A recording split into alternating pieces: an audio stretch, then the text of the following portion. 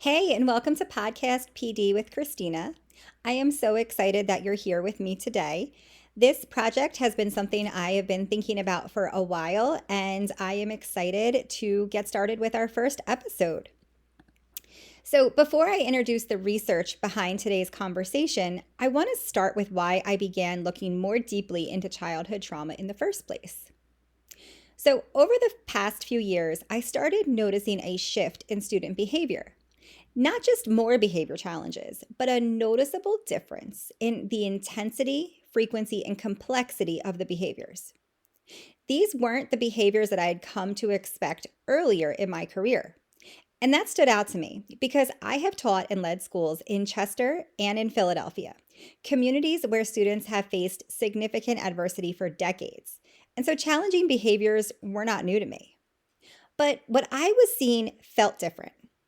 Students seem more dysregulated, more reactive, or more shut down, or possibly more explosive. And the strategies that used to work just weren't working the same way anymore. And so I started asking myself, what has changed? What am I missing? And I didn't start researching to excuse the behavior. I started researching it to understand it better. And my research led me to the work of Dr. Nadine Burke Harris. Now, before we go any further, it's important to ground this conversation in her work. Dr. Nadine Burke Harris helped reframe childhood trauma as not just a social issue, but an actual public health crisis.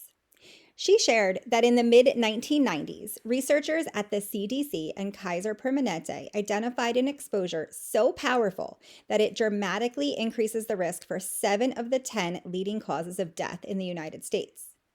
At high levels, this exposure disrupts brain development, the immune system, hormonal systems, and even the way our DNA is read and expressed.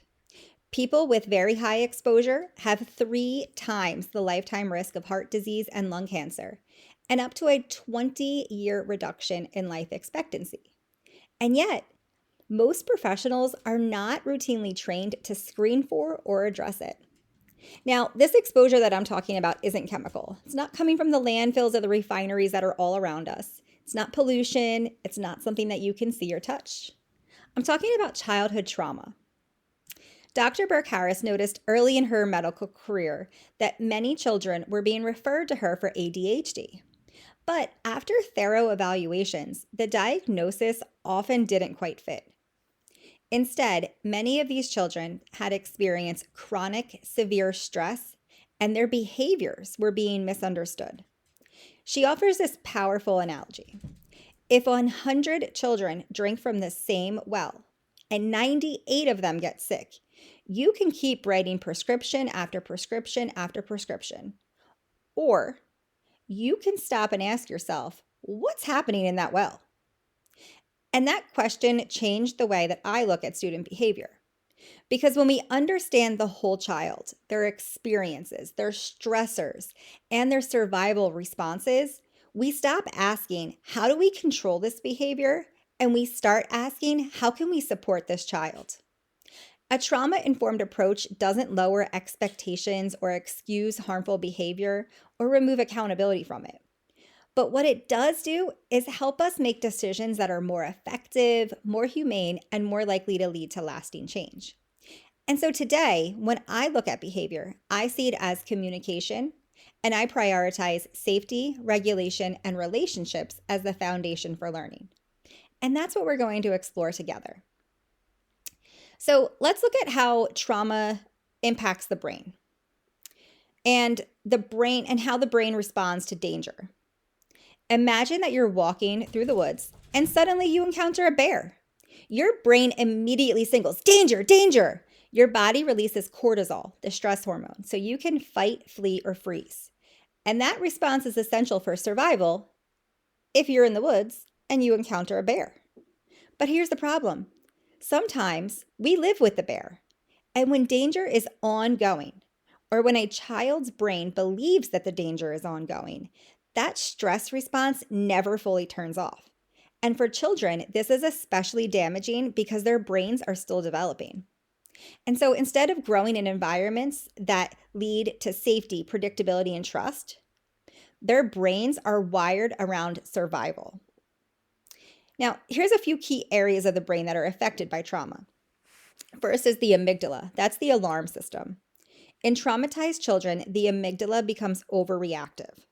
And so in the classroom, this could look like hypervigilance, anxiety, explosive reactions, freezing, or just shutting down. The child is constantly scanning for danger, even in a calm classroom. The hippocampus, or the memory and learning center of the brain. Trauma disrupts how memories are formed and stored. And so this can look like difficulty learning new information, trouble remembering instructions, confusion between the past and the present, and zoning out in class.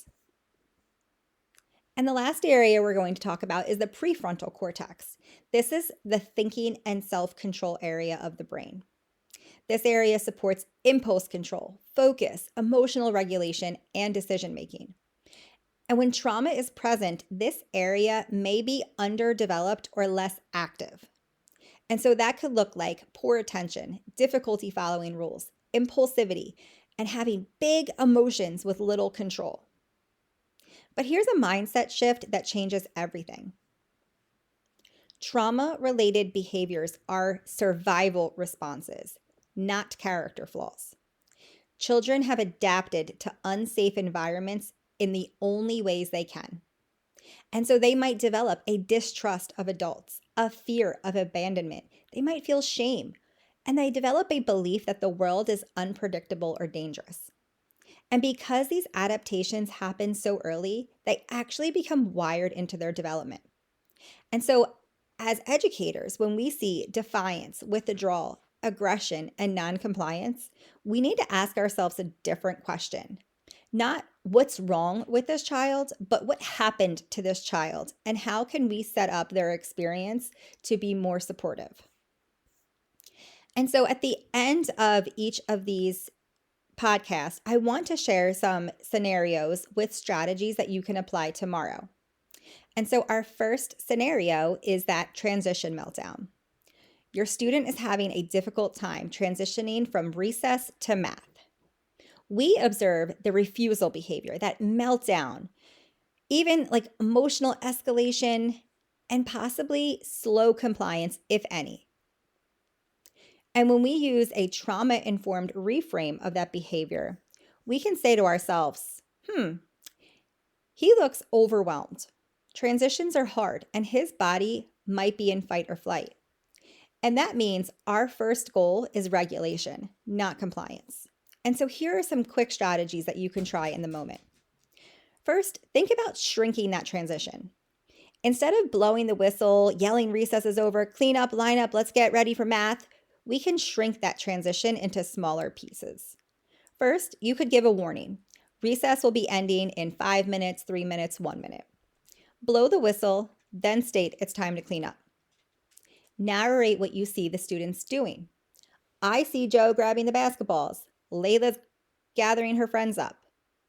Once that cleanup piece has happened, then state it's time to line up. Again, narrating the positive things that you see the students doing. Use first, then language in that transition. First, we're going to quietly walk in the hallway. Then, when we enter the classroom, we will take out our math books.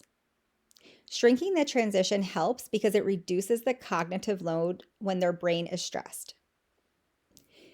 Using a predictable script. Use the same calm phrase every time that you line up from recess or from a particular transition. You could say, there are 5 minutes left of recess. Then there are 3 minutes left of recess. Then students know that you are going to blow the whistle and it is time to clean up. So you blow your whistle and you state, it is time to clean up. Then once the cleanup is finished, you can say, line up. And you can tell them, first, we will line up, then we will walk quietly in the hallway. Why using a predictable script works? Predictability calms the nervous system because the brain knows what to expect next. Next, you can offer a regulated choice. Both choices lead to the same outcome, but it allows the student to feel in control. Do you want to hop or walk to the carpet? Would you like to sit on the rug or in the chair? Avoid asking them, do you want to do math? Do you want to do this? That invites the refusal. and we don't want the students to be able to refuse. We want to make sure that they have a choice in how they participate. Next, you can try regulating with the student. Before correcting a behavior, check your own body language. Lower your voice, slow your body, stand at their level, and take one visible deep breath. And say, watch me take a deep breath. Do you see how my belly and chest expand when I breathe in? Now you try. And why this strategy works is co-regulation comes before self-regulation. If your students don't know how to regulate their body, they need to be shown how to do it and have someone to do it with them. And then follow up after regulation. This is later. It's not during the meltdown. It's not right after they become de-escalated, but after, when their body is ready to talk about what happened. You could say something like, transitions are hard for your body. We'll keep practicing it together. This keeps the expectations intact without escalating the moment. And just keep this thought in your mind. This isn't a discipline moment. This is a regulation moment. You can talk about what happened later, but not in that moment. The next scenario is a shutdown scenario. So you have taught your lesson, asked the kids to get started working, and you observe a frozen, staring child. No work has started. They're completely disengaged. And when we use a trauma-informed reframe of that behavior, we can say to ourselves, she's showing me that she isn't ready to engage. This is freeze. It's not defiance. And so what you can do immediately in that moment is to reduce the demand. Instead of saying, you need to get started, you could say, I see you're having a tough time. Let's try to just write your name on the paper. Or circle the first problem. This works because it lowers the threat and re-engages the thinking brain. The next is important to remember in any situation. Remove the public attention. Quietly kneel or sit behind the student. Calling attention in front of the peers escalates their behavior. Avoid repeated prompts from across the room. Again, you're calling attention to that student. Walk over to them. Say, I'm here. You're safe. Let's take out your math book.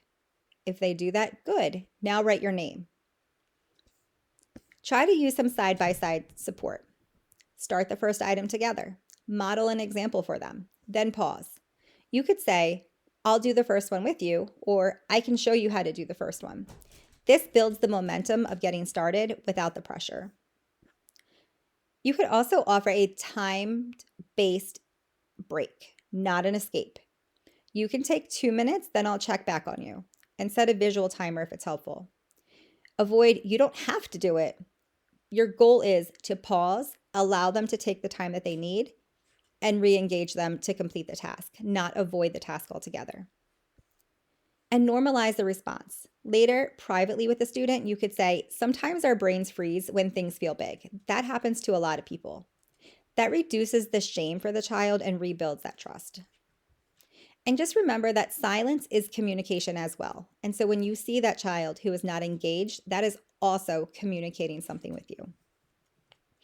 And when we all start to develop this trauma-informed lens, we respond the same way across different settings. And so that means there's fewer power struggles, faster regulation, less escalation, and we have more trust from our students. Trauma-informed does not mean that there are no boundaries, no expectations, and no consequences, but it does mean that we regulate first, teach skills after, and hold limits once the brain is back online. So again, just to recap, something that you could try tomorrow: choose one student and commit to the sequence. Name the state. Your body looks overwhelmed. Reduce the demand. One step, one task, one choice. Regulate together using a calm voice, a slow body, and a brief presence. And finally, address the expectations later when the student is calm and ready to hear you. Here's one sentence that can shift your response in the moment. When you see a behavior, you can ask yourself, what might this behavior be protecting the student from right now? That question doesn't remove the limits, but it helps how you choose to respond. I hope you enjoyed our first podcast session in this series. Thank you for joining me on this. I would love to hear if you apply any of these strategies. So if you would like, you can send me an email or a text to say how you have used this strategy if you give it a try next week. And I hope you have a wonderful rest of your day.